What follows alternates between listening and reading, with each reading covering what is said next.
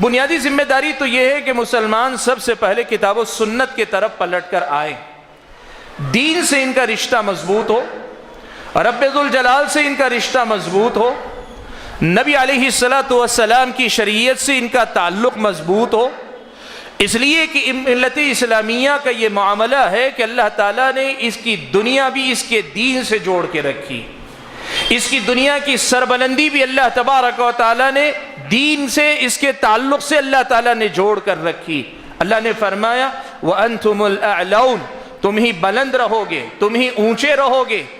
ان کنتم مؤمنین، اگر تم ایمان والے ہو جاؤ۔ حالات جس کا تقاضا کرتے ہیں، بنیادی مسئلہ سب سے پہلے تو یہ ہے کہ مسلمان کو دین پسند بننا چاہیے، دین سے رشتہ جوڑنا چاہیے، اللہ تعالیٰ سے تعلق کا جائزہ لینا چاہیے، نبی علیہ السلام کی سنت اور آپ کی تعلیمات سے رشتے کی نوعیت کیا ہے اس کا جائزہ لیں۔ ایک بات یہ